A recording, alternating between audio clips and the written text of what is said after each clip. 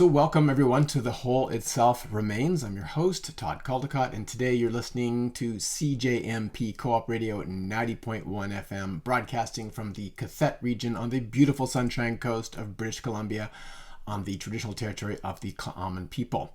So this show is part of a weekly live Q&A series where subscribers can join me each Wednesday to explore health, healing, and human wholeness. And after the broadcast, we will dive deeper into a 30 to 60 minute Q&A, sometimes even longer than that, where subscribers can ask me anything, clinical, personal, or philosophical. Okay, so today I'm going to broach a rather controversial subject. I want to spend some time today talking about the opioid crisis. This obviously is a really important issue. Very few of us have not been affected by it in some way. Maybe it is a loved one of yours that's been affected. Maybe someone is addicted to opioids. Maybe you've lost someone. I know several people that have lost loved ones to the opioid crisis. Or maybe it's you're just noticing that in your community there's more crime, there's more homelessness, there's just a lot more social problems than perhaps you had perceived before. So almost all of us are touched by it, even up here in Powell River, which is separated from the big city by 2 ferries. We have our own opioid crisis. And it's also become very much a political issue, a hot button issue.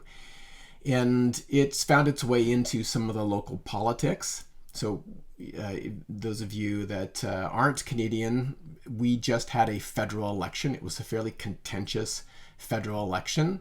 It was quite a shift in politics because the Conservative Party, the right-wing party, was basically all set up to win the election. And then, of course, Trump got elected and enacted his policies, his trade policies, and also his rhetoric against Canada, calling it a 51st state and calling Justin Trudeau governor. And, I think a lot of Canadians took exception to this and ended up voting in the incumbent Liberal Party, which was a big surprise, but under new leadership. In my local riding, there were a number of candidates. There was one candidate in particular, however, that I really did not want to have elected, and I ended up being quite vocal in my opposition to him. I even put up signs in the community, and I think that I probably rub some people the wrong way. I know that there's some folks in my community that aren't so happy with me for my political stance, although I always try to keep it just political and not personal. But I objected in particular to this candidate named Aaron Gunn. Now, I didn't know anything about Aaron Gunn, except that, unbeknownst to me, I watched his documentary when it came out. He produced a documentary called Vancouver is Dying. And it was a documentary, essentially an indictment of the harm reduction policies enacted by the city of Vancouver and other health agencies in the downtown east side, which is the epicenter of the opioid crisis in Vancouver. And in particular, I took exception to his piece even well before he was running for any kind of political office, because although he, characterized the problem correctly, there is a crisis down there, and there are certainly problems with harm reduction, and I want to talk about that today. It's not inherently a problem with harm reduction, but just how it's incorporated within an overall policy framework. But in the end, what he kind of came up with was just we need more kind of a law and order approach. And I don't disagree that we need adequate policing. The irony is that in the downtown east side, the VPD, the Vancouver Police Department, was located just adjacent to that area for decades. And, I remember going down there and you could see prostitutes, you could see drug dealers, just open dealing just within a block of the police department, and there was no enforcement. And that's the way it was for decades. And I imagine it was that way because, if they did pick people up and take them to jail, they just would overload the legal system, and then they would just end up being released anyway. And so it didn't really seem to be much point. But it nonetheless was ironic that there was all of this criminal activity, all of this prostitution and drug use, selling of drugs, just in that same area. It just was a bit of a head shake, like what's going on here. Now, Aaron Gunn, I was dismayed when I saw this documentary because he didn't accurately discuss what the fundamental issues were. He just pointed out the problems with harm reduction and advocated for more of this law and order approach. But, we've seen this law and order approach being applied in other jurisdictions for decades. We all remember Ronald Reagan's, war on drugs. This is your brain on drugs. And we just know it just didn't work. It wasn't effective, and ended up people being incarcerated for what is basically a mental health issue. So the downtown east side, is an area that has long been a problem in Vancouver. It's suffered from entrenched poverty, addiction, sex work, and marginalization for decades. There's a high indigenous population down there, rampant alcoholism. It's been that way for a very long time. But one of the pivotal things that made things much worse was in the mid-1980s, the BC Socred government, this is the provincial government, they were a conservative government. They made a decision to close the Riverview Mental Hospital, and they released thousands of psychiatric patients into communities with little to no support. And many of these folks found their way down to the downtown east side, because you could get a room in a hotel for really cheap, with no questions asked, and they were just predated upon by local drug dealers. Many of them themselves turned to sex work, and it just ended up creating this powder keg of mental illness, homelessness, and addiction. If you're familiar with the concept of a nidus in medicine, this is like a little focal point around which something can grow, like a kidney stone, will grow around a little nidus and get bigger and bigger, but it needs a precipitating factor, and it's this little component. And this is exactly what happened here, is that this mental health crisis took an already struggling area and just compounded it and made it much worse. And as I said, this was despite the fact that the VPD, the Vancouver Police Department, was located in that same area and nothing happened. And why? Well, because it was a mental health crisis and the police are not adequately equipped to deal with that crisis. They could just pick people up and throw them in jail. They get released, wash, rinse, repeat. We know the story. And unfortunately, the problem has just got worse and worse. And, I've lived in Vancouver. I've certainly been a victim of the opioid crisis indirectly. I've had innumerable bikes stolen from me, brand new bikes. I think in Vancouver I had 3 bikes, brand new bikes stolen. In Calgary, I lived there for a while. I also had a bike stolen, I think, by a person similarly encumbered with an opioid addiction. My home has been robbed twice. The last time was particularly traumatic because they stole all of my personal documents, passports, tax receipts.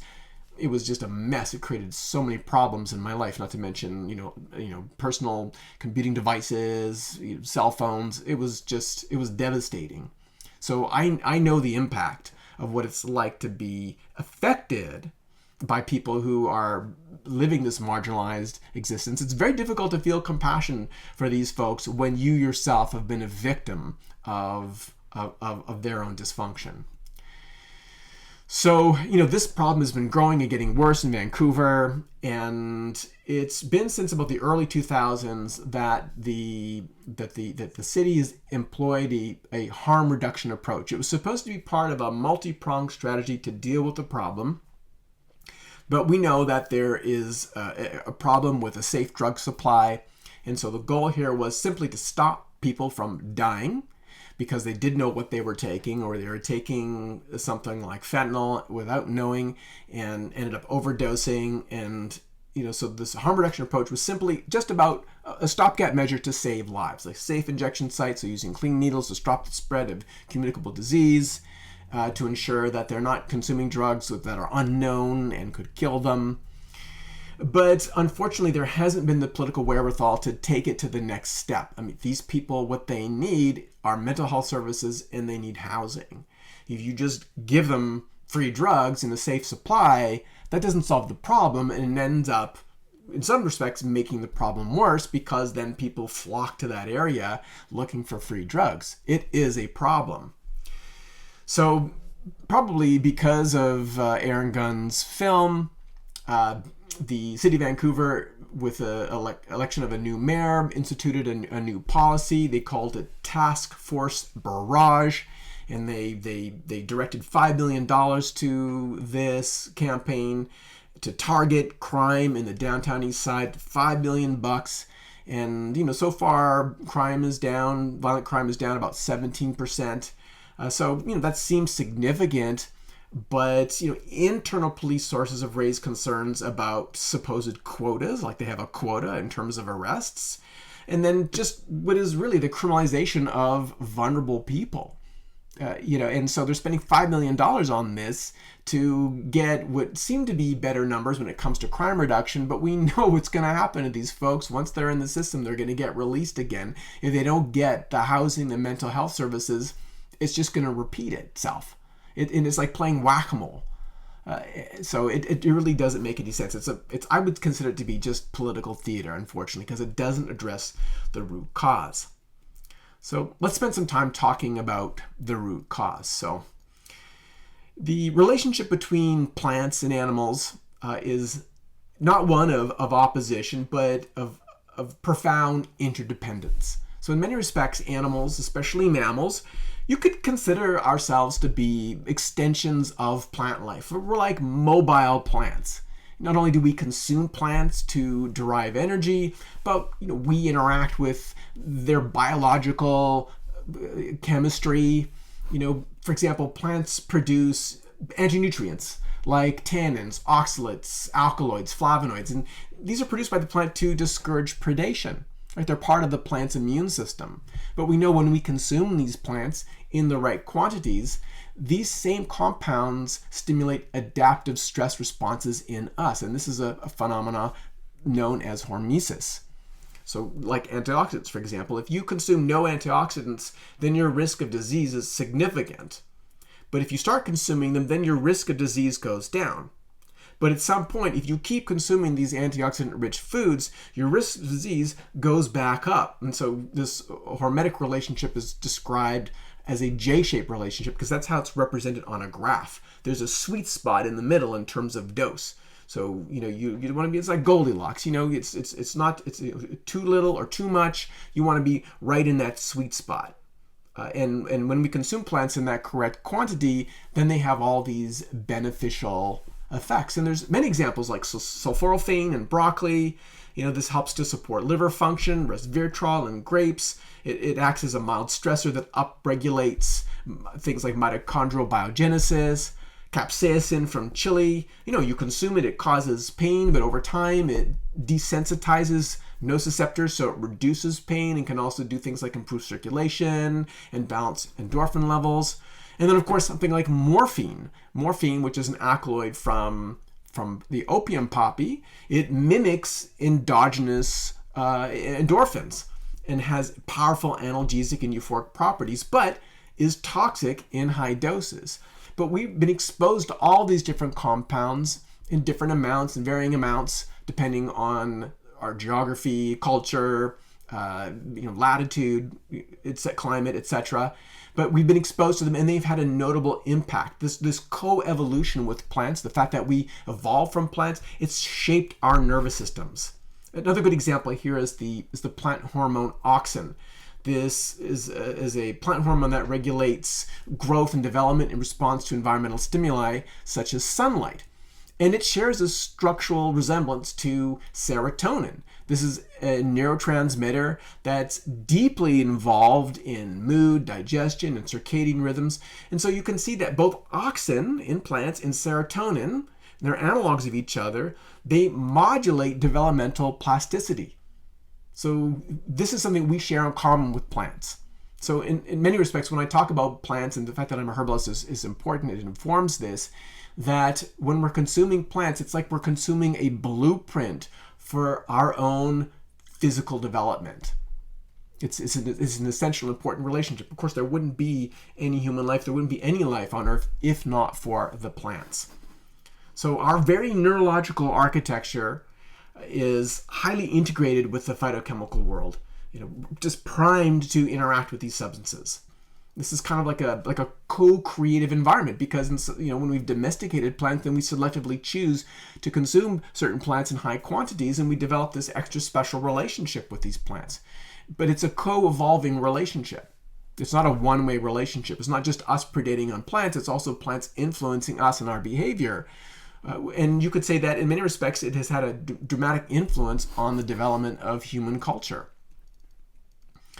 So let's talk about the hijack theory of addiction. So the prevailing dogma for many years in context of this relationship that we have with plants and these different psychoactive compounds that are contained within plants, the prevailing dogma was that for decades, drugs which are derived from these plants or are synthetic or semi-synthetic derivatives of these compounds, that these drugs hijack the reward systems of the brain. The reward systems that our biology uses to ensure that we are consuming food, that we're reproducing, that we're engaging in sexual activity, right? So they're really important parts of our biology. But this view was discovered in the 1970s to be fundamentally in error. There was a neuroscientist named Candace Pert who discovered the mu opioid receptor. This is a protein in the brain that is specifically designed to bind to opiate-like molecules. And this was something of a revelation, right? Because it's not just the brain just doesn't tolerate opioids, it actually produces them. And these are natural peptides called endorphins, and they help us cope with pain, help us bond socially, and experience states of being like euphoria. So they're really important. So it was a revolution to think, okay, it's not just we're consuming these substances to hijack our brain, we're already producing these compounds. And these compounds have evolved and have been developed in relationship with plants over millions of years. Now, specifically, when it comes to opioids, they produce a number of subjective effects when you consume them. They provide for this sense of euphoria, a sense of warmth and closeness, emotional safety. They provide a disconnection from pain and distress. They slow down time and thought, and it just allows the user to kind of collapse into this state of comfort, sometimes sort of indistinguishable from what their experience of love might be. Now, on a biological basis, they play a really important role. They modulate our activities in terms of relationship. Consider that in the breast milk, there are small amounts of natural opioids in breast milk. So the baby's fussing and crying and upset, put the baby on the boob, and they get that warmth, that connection. It's more than just opioids. It's also oxytocin. It's the physical connection with mom. And the warmth of her body, but it's also a little bit of this natural opioid that's leaking from her breast milk into the baby that helps to modulate its behavior and provides it some sense of comfort and safety. So they play a really important role here. So we can obtain that same type of effect when we consume opioids. But unfortunately, they're typically much more powerful when we consume them externally from a natural or a semi-synthetic or synthetic source than we would be getting naturally in our bodies. And when they wear off, then of course, we're locked in this dualistic cycle of pleasure and pain, and then we revert to the experience of pain. We experience dysphoria, anxiety, agitation, all these things come rushing back. And over time, of course, if we continue using these substances, we'll develop tolerance, and this leads to escalating doses and then withdrawal symptoms, which could be like flu-like aches or cold sweats, insomnia, yawning, diarrhea, muscle pain, emotional despair. And physically, opioids have also a number of deleterious effects when we consume them in high quantities. They suppress the respiratory drive. This is the primary cause of death and overdoses, so they just shut down the respiratory system. They inhibit gut motility, so constipation is also another typical problem that we see with opioid usage. They reduce libido, they disrupt hormone secretion, and these overall have this kind of negative effect. But let's look at the context in human culture, because I did talk about how our brain developed in relationship with these substances, and that these substances are also naturally found within the brain itself. So it speaks of a shared ancestry with plants in terms of our biological development, but also an ongoing shared relationship that we have with them. So opioids are found in plants. They've been documented in terms of the plants like Papaver somniferum, from which we get opium, the opium poppy.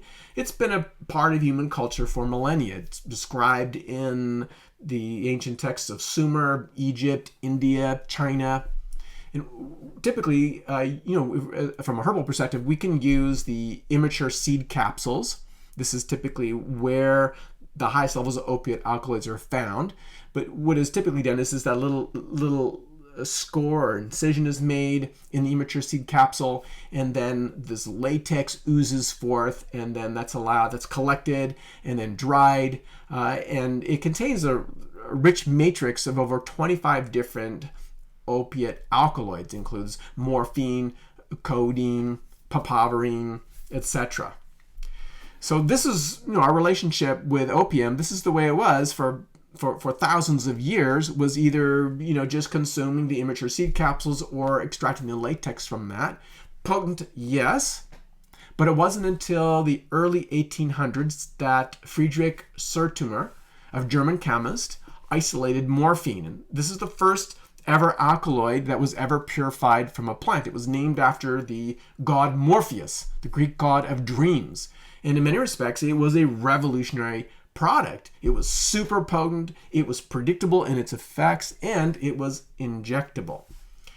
Now, the big problem is that during the American Civil War, morphine was introduced to help treat wounded soldiers. Because, if you get your arm blown off and then it has to be amputated, back before that, it was just like, here, chew on this leather thong, drink a bunch of whiskey, and we'll just saw it off. Well, giving someone morphine was a way to get around that very crude way of treating the patient, and was effective in that regard. But the problem is that it became a big social problem, especially after the American Civil War. There were a huge cohort of soldiers that were now addicted to opiates. And it was a really big social problem.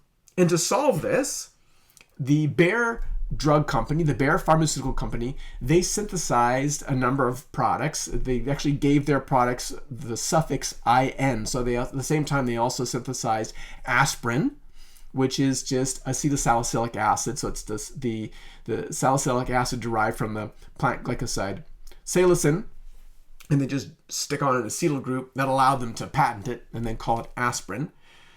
They also isolated and acetylized morphine, diacetylmorphine, and they called it heroin, in line with their naming convention, aspirin, heroin. And they did that in 1895 and then marketed it as a cure for morphine addiction. And guess what? It was super effective. Everyone switched right away because it was so much more powerful. It was also added to over-the-counter syrups for coughs, colds.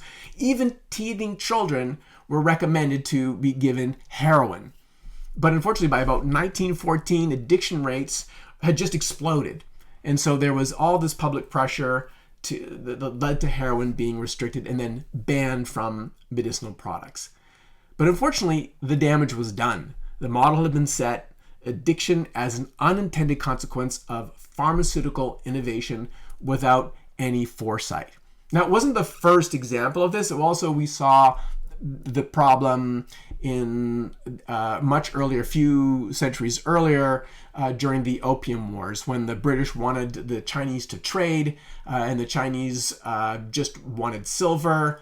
And so in order for the British, they wanted some commodity that they could trade for Chinese tea, and they came up with this idea of opium and flooding the Chinese market with opium, and essentially brought down the Qing dynasty by creating a huge underclass of people now addicted to opium. So in China, they had already had this experience with opiate addiction. They were really well aware of what that problem was, and it was caused because of the mercantilist approach, almost like mercenary approach of British corporations and the British Crown. And so they had an earlier problem with opioids. But in the modern time, it is really the advent of Purdue Pharma and the production of OxyContin that has really created problems. So between the ban on heroin and then the rise of OxyContin, there was lots of still synthetic opioids and methadone, hydrocodone, etc. And these were used mostly sparingly because people were really aware of what the problems were associated with these, how easy it was to get addicted to them. But that changed in the 1990s. Purdue Pharma, owned by the Sackler family, they launched OxyContin. This is a time-release formulation of oxycodone. And then through aggressive marketing, they convinced physicians that it was non-addictive because of its extended release mechanism. This is a claim that was never substantiated, but they came up with all kinds of propaganda and marketing nonsense to convince doctors and nurses and other practitioners that OxyContin was somehow different, but it wasn't. They even came up with things like, like we talk about vital signs. They described pain as the fifth vital sign. It was basically like a rebrand. And then nurses and physicians, they were pressured to assess and treat pain aggressively. And I remember coming across this because I began to practice in the mid-1990s. And I'd see patients that were prescribed opiates, and I saw that they were getting stuck on them. And I would talk to doctors and nurses about this, and they were quite aggressive towards me, saying, you do not have the right to question someone else's need for pain relief. That the protocol should be that if someone's in pain, then we will provide them with the required drugs to alleviate that pain. I saw that it was just leading to this huge issue of addiction. So many people, and I see it in my practice now. A young woman who's now in her 40s. Okay, I'm 56, so I call her young, but she's in her 40s. When she was a teenager, she was prescribed Dilaudid, which is an opiate, for some physical pain she was experiencing. And, she couldn't get off of it. And then was on morphine, and then Suboxone, and then just a long list of different opioids. And it all began because of the medical malpractice of the physician in the first place prescribing an opiate for pain in a teenager when it wasn't required. And this is why it's actually not a political issue. This is why I objected to Aaron Gunn and his attempt to politicize harm reduction and make it like a left-right issue when it's not. It is all related to the medical industry, right? Which exists independent of the political spectrum. Right? It's a problem within medicine and the medical establishment itself, and the way in which doctors and nurses were conned into thinking that opiates and opioids were safe when they were not. It was made worse by the fact that regulatory agencies like the FDA, who approved OxyContin, they just slapped on kind of a vague warning label and allowed Purdue Pharma to just downplay its risks. And it just created this huge problem, a 500% increase in opioid prescriptions from 1999 to 2010, resulting in millions and millions of people addicted. And typically that's where it starts. Most people with an opiate addiction, it starts with a legal prescription before they get cut off, right? Once they're addicted, and then they shift to an illicit drug source. And that's the case that you'll see. You talk to people in the downtown east side, you'll see that's a very typical story for a lot of people. I have another patient who, he was picked up and put in jail for some kind of minor petty crime. He had to serve a year in jail. And he was advised by the other inmates, it was like, to make your time go better, just tell them that you're a heroin addict and they'll give you methadone. And so he got hooked on methadone. And what do you think happened when he got discharged from jail? He went out searching for illicit sources of opioids. And it just trapped him in this ongoing paradigm of crime to feed his addiction. Now, things got really bad with the entrance of fentanyl. This has kind of been something of a game changer for this whole problem. It was first synthesized in 1960 as a powerful, fast-acting opioid for anesthesia. It has a legitimate use in surgery and palliative care, particularly in the use of like transdermal patches. It crosses the blood-brain barrier rapidly, much faster than something like heroin. It has a very short half-life. And so this is how it makes it really different. Like if you shoot up with heroin, it's going to last for several hours. Fentanyl isn't going to last very long at all before you get the withdrawal effects kicking in. And in fact, in many cases, like opioid users, they don't like fentanyl for that reason, because it doesn't give them a sustained high. It's up to 100 times more potent than morphine and 50 times stronger than heroin. Now, much of the fentanyl is illicitly synthesized, but the precursor chemicals come from China. And I think that's probably politically relevant. I don't know if it was an intention, but certainly the Western world screwed over China and destroyed the Qing dynasty. It would make sense to me that they would be awfully sore about that and feel like they want to do whatever they could to undermine Western society by synthesizing fentanyl or selling its precursors into the market to drug traffickers in Mexico, who then traffic fentanyl into the North American market. And fentanyl is typically, it's mixed into heroin, cocaine, even things like counterfeit benzodiazepines. And it alone is responsible for over 70% of opioid-related deaths in North America. And typically, overdose occurs when the respiratory centers shut down. Remember, that's partly what opioids do, right? They depress the respiratory system, the GI system. But fentanyl is so powerful, it'll do it within minutes, silently, and often the person's alone, so no one's there to save them. So this is a big issue. It's a big issue because drug traffickers are cynically using fentanyl to cut into other drugs to make them more addictive. That's why it's being used, right?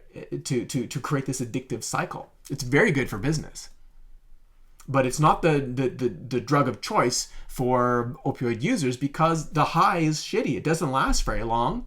It's not very good before you get all those surge of withdrawal symptoms coming back. So this is the impetus for the harm reduction programs employed in places like Vancouver, was just that too many people were dying of fentanyl overdose because of an unsafe drug supply.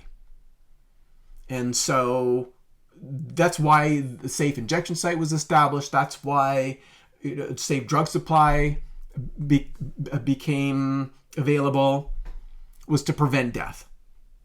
But of course, if there isn't other steps to support these people, then harm reduction can become part of a reinforcing cycle, right? It was never meant to be used as the only strategy. It was meant to be part of a multi-pronged strategy to deal with this whole crisis. And we have examples of successful jurisdictions that have dealt with this problem effectively. Portugal is a really good example. They decriminalized all drugs in 2001. But they didn't just do that. They also created dissuasion panels to direct users to treatment, not jail. They heavily invested in housing, mental health, and job training. They shifted resources from policing to social integration. And there was, as far as I've been able to tell, a great deal of support from the community. There's an article I just read recently in The Guardian about a woman whose life was saved through the kindness of a stranger. She was struggling with addiction, and someone stepped in her life to help her, to mentor her, to show her that someone cared about her. And here in Powell River, we have people complaining about the harm reduction strategies employed by local agencies, citing an increase in crime, etc. But many of these people who complain don't take the next step to say, well, what can I do about this? How could I help and mentor these people? How could I just be a friend, right? Because these people that are addicted to opiates, no one's born a drug addict. People have typically traumatic life situations, personal health issues, or social traumas that put them into this life of addiction and homelessness. They're just regular folks like you. And they would benefit from having some type of support like you probably have. So Portugal also implemented those types of measures as well. And the result is that Portugal has the lowest drug-related deaths in the EU, and that communicable disease like HIV transmission via injection dropped by over 90%. And as a result, incarceration rates also plummeted. They're so low. Incredibly successful campaign in Portugal. Now, contrast this with Vancouver. Yes, there are supervised consumption sites. They do save lives. There is a safe drug supply to deal with this issue of fentanyl contamination. But right now, with this current policy, with the current Mayor Sims, who's spending $5 million on police enforcement, they have frozen supportive housing projects. And mental health services are completely overwhelmed. They can't deal with the problem. They don't have the funding. They don't have the resources to deal with the crisis. And so the only thing that they're doing in Vancouver, it's just a law and order police crackdown campaign. Picking people up, throwing them in jail, wash, rinse, repeat. We've seen this before.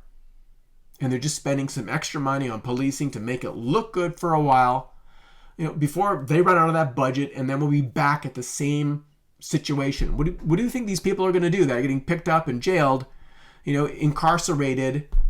What are they going to come out as? Do you think they're going to be rehabilitated? They're going to have had access to resources to solve their mental health crisis? No.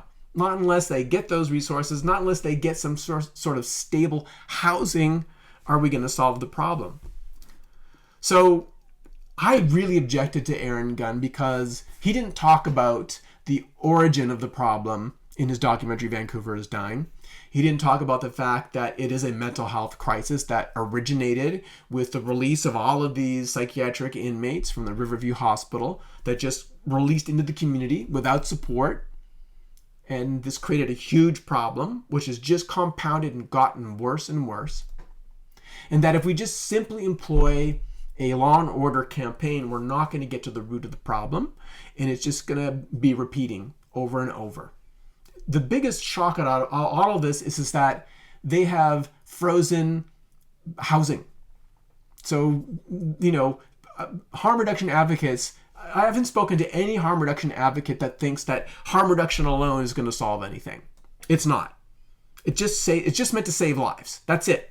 Stop people from dying, right? Like, we are supposed to value life in this society. And so if people are dying, we need to stop them from dying. That's it. That's harm reduction. But it doesn't solve the problem. So we have to take the next step, which is to provide adequate mental health support for these people and housing. Follow the model of Portugal. Aaron Gunn wanted to wind things back to this Reagan-style law and order campaign we know doesn't work. Why are we not following a model that actually works and putting the resources where they need to be directed to save people's lives, to rehabilitate these folks so they can continue to be productive members of society? Everybody wants that. Nobody wants to be, a useless drug addict, and I say that in quotations, right? People want to have purpose and meaning in their life, but they have so many obstructions. It could be their own personal trauma, poverty, lack of housing, etc., etc. In order to create the kind of society that we all want to live in, we have to invest in these people such that they're able to pull themselves out. And not just in relying on government agencies, but we as individuals There are things that we can do to be actively engaged. I look at my little community here in Powell River, and obviously it's on a scale much smaller than a place like Vancouver. But for all the people that are complaining about the increase in local crime, etc., if those people decided to take the next step and say, well, you know what, I'm going to make friends with one of these folks and just see what I can do to help out. Provide some mentorship, provide some resources, provide some friendship. How big of a difference that could make to their lives. Now, as a herbalist, I have some different perspectives on ways that we can help to manage this issue. And by no means am I suggesting that these measures should be employed by themselves or that they are anything more than just part of an overall approach or program. But there are some really useful things to talk about. The one thing is I have a colleague that worked for a harm reduction program in Oakland many years ago, and they came up with a so-called qathet kit. And it was a herbal support formula that contained California poppy and a few other herbs like verbena, and I can't remember everything that was in it. But they put together this little herbal formula that they would give users, that users would say, yeah, it helped them cut down on the use of opioids.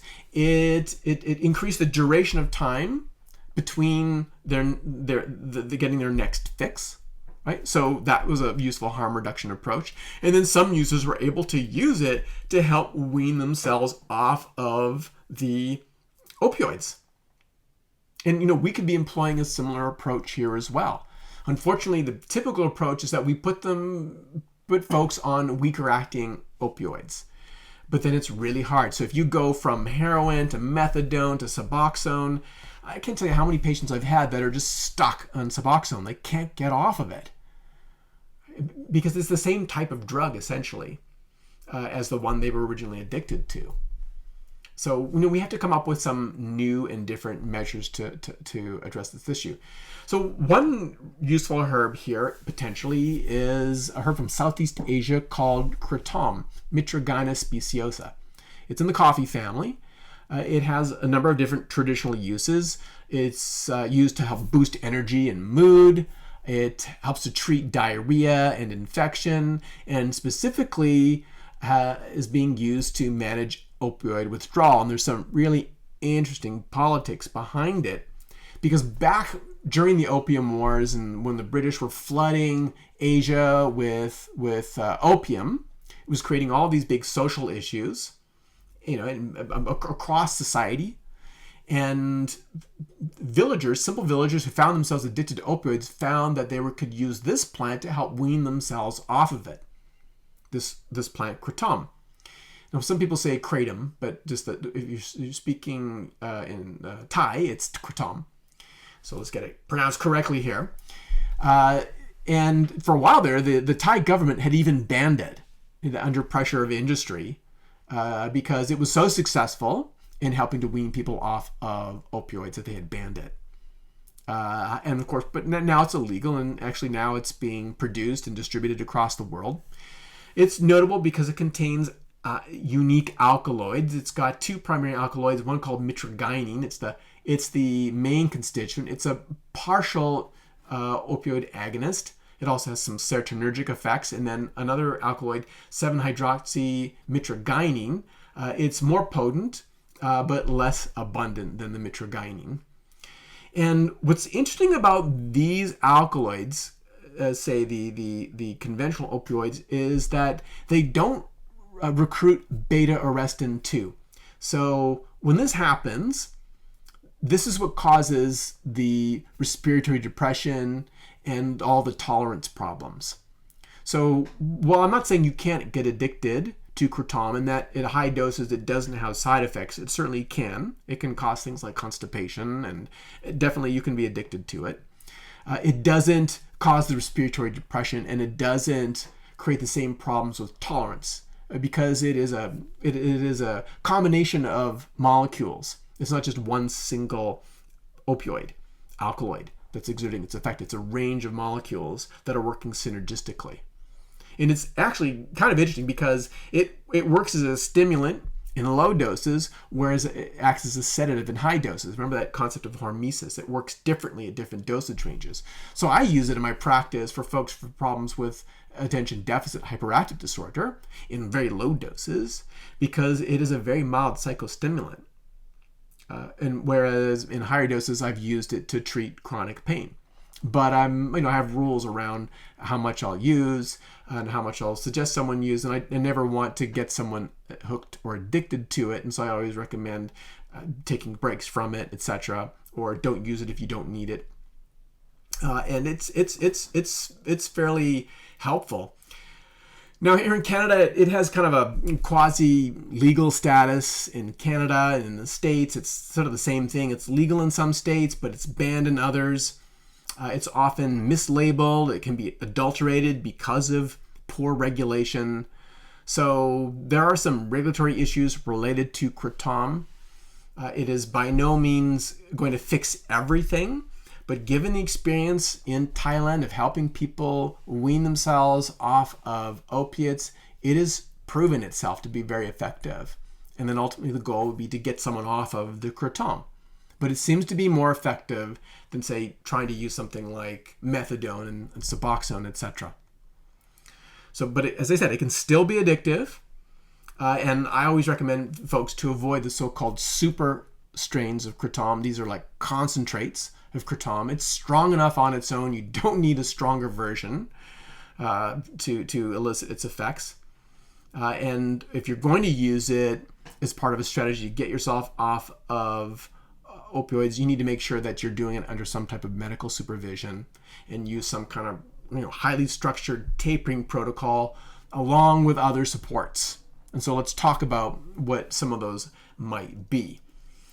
So there's a whole bunch of nutrients that can be used to help support the brain through the withdrawal process. There probably is nothing that feels as good, and I'm saying this from experience, to the high you get from heroin.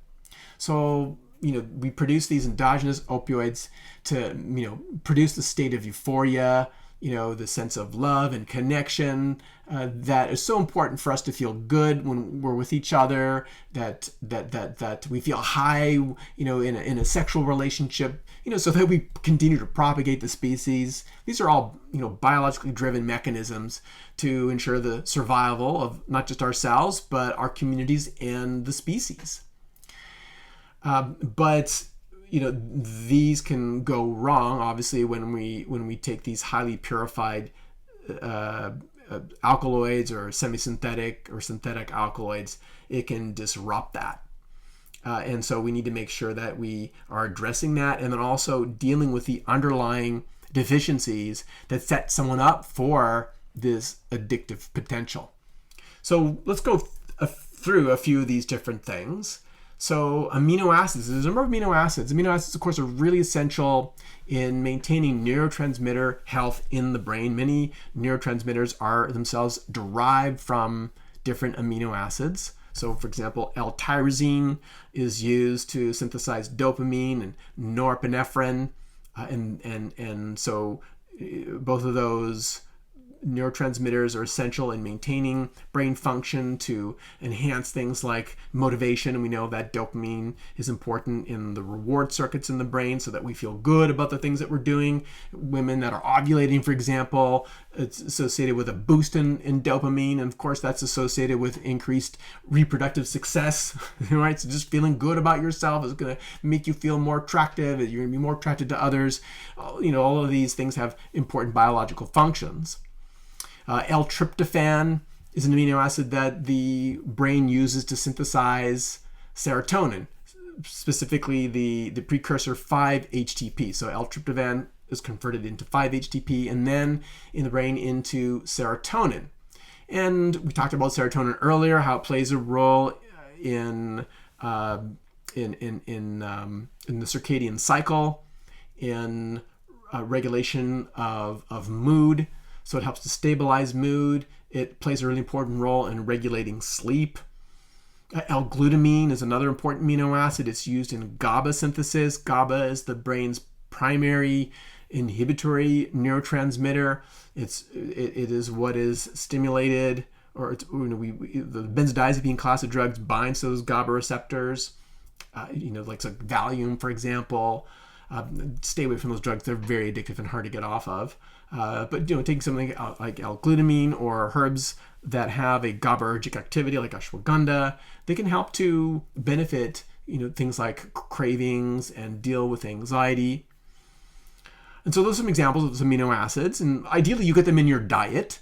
But once you make sure that you're eating a protein-rich or a complete protein diet, then you can specifically supplement with some of these amino acids like L-tyrosine, L-tryptophan, for example. B vitamins are really important. B1 thiamine is typically depleted in addiction and helps to restore nerve function. Vitamin B6, pyridoxine, is a cofactor for serotonin and dopamine synthesis. B12 and folate, they're essential to repair methylation and support brain and blood health. So B vitamins are typically a really important part of that protocol in helping to wean someone off of opioids. Different minerals as well. Magnesium is a pretty well-known one. It's a natural calcium channel blocker in the body. It calms excitatory neurotransmission, so it reduces muscle tension. It helps to improve sleep. Typically, we recommend things like the magnesium bisglycinate or magnesium threonate rather than, say, the citrate or the oxide forms, which are poorly absorbed. Zinc is another one. Zinc is critical to support neuroplasticity and immune function, and typically immune function is challenged in folks that have chronic opioid addiction. Selenium is another important mineral that can help to support detoxification pathways to reduce oxidative stress and inflammation. That can be really important as well. And movement. So making sure people are physically active, of course, that's one of the things like under the influence of opioids is that you don't need to move. You don't move your body. All of the natural opioid secretion that would be associated with physical movement and activity becomes supplanted when you use these drugs to exclusion of the natural stimulus. And so in order to get that back, you need to engage in some type of physical exercise and movement. And this has a number of benefits. It helps to rewire the reward pathways in the brain. Getting up in the morning, doing the cold water plunge, making sure that you're getting light in your eyes early in the morning, that you're being physically active, helping to rebalance serotonin synthesis. These are all really important. Other things like yoga or qigong help to downregulate the sympathetic overdrive, support vagal tone. Breathwork and meditation can be very important here. They help to activate the parasympathetic nervous system. They support vagal tone. They reduce cortisol. They improve executive function, and they just help to cultivate a level of self-awareness that's required in recovering from trauma, so that you can become a little more aware of what's happening when those triggers are activated. And to that extent, there is a limited role here also for different psychedelic therapies. They've also been proven to be helpful, like iboga and ibogaine, or psilocybin mushrooms have been found to be helpful. LSD. I don't know if you know this, but the originator of the 12-step Alcoholics Anonymous program, he developed that program essentially under the influence of LSD. It's a shame that they don't recommend that everyone who is part of that program at least does one supervised session of LSD. It probably would do a lot to bring about some benefit. And of course, before we wrap things up, there are a number of really important medicinal plants. I talked about kratom. I talked about ashwagandha, very helpful, but there's a bunch of others as well. I don't have enough time to get into all of them, but some of my favorite for helping to modulate the addictive process and addictive cravings. One of my favorites is scutellaria or skullcap. Very good for pain. We use it for epilepsy. If you take it in sufficient doses, it has kind of a peripheral numbing effect, which helps to reduce cravings, and it's really effective. So it's one of my favorites for that. And another one I like is milky oat seed. It is it's picked at a very specific time of year when the fruits are forming, but they haven't solidified, and they kind of got this inner milky core. They're picked during that time, and then you make a tincture out of them. It's fantastic to help support the nervous system, to down-regulate the sympathetic response, and to re-regulate the person's nervous system. Really essential and important. And then earlier I talked about California poppy. It can be used as part of this program as well. Verbena is another one. There's a bunch of herbs that can be very helpful here, but with herbs, we like to be a little more specific and look at the individual and see what their individual needs are, what else they're taking to rule out any potential drug interactions. But there's lots of different plants that can be used here. And it makes sense. Remember that we have this problem because of our profound relationship with plants in the first place. We've evolved with these plants over millions of years. And so an opioid addiction is just an improper relationship with that which is supposed to nourish us. So thankfully, we have these other medicinal plants, these other healing substances we can introduce into the mix to gently guide and reorientate the nervous system to a state of equanimity and balance, and not just one of deprivation and suffering. Okay. So hopefully that's been helpful. Looking at the time, I think we need to wind things up for today's show. So thank you so much for listening to me today. Hopefully this has made sense to you. This is a very quick recap of the whole opioid problem. I don't imagine that I can solve it in just 1 hour or less. It's going to take a lot more work and conversations. Now, if you want to be part of these conversations, all you need to do is go to dogwoodbotanical.com/subscribe, and then you can join the Q&A. So just after we end today's show, I'm going to jump into some combos with the subscribers, and they get to ask me whatever questions they want to ask about perhaps what we talked about today or anything else related to health and wellness. It's really good value at only $50 per year, and then it helps support me so I can continue doing this type of work. Otherwise, you're listening to this on 90.1 FM, CJMP, Qathet radio, and so this is for you. If you're listening to this on the radio, then thank you for listening. I appreciate you taking time out of your day to listen to what I have to say. If you have any feedback from me, please send it my way. You can send it to clinic@toddcaldecott.com, and I will make sure to respond or maybe even answer your question on air. Lastly, if you want to see the live version of this, you can go to my YouTube channel. So that's youtube.com/Todd Caldecott, where you will see a recording of all these different episodes. Okay.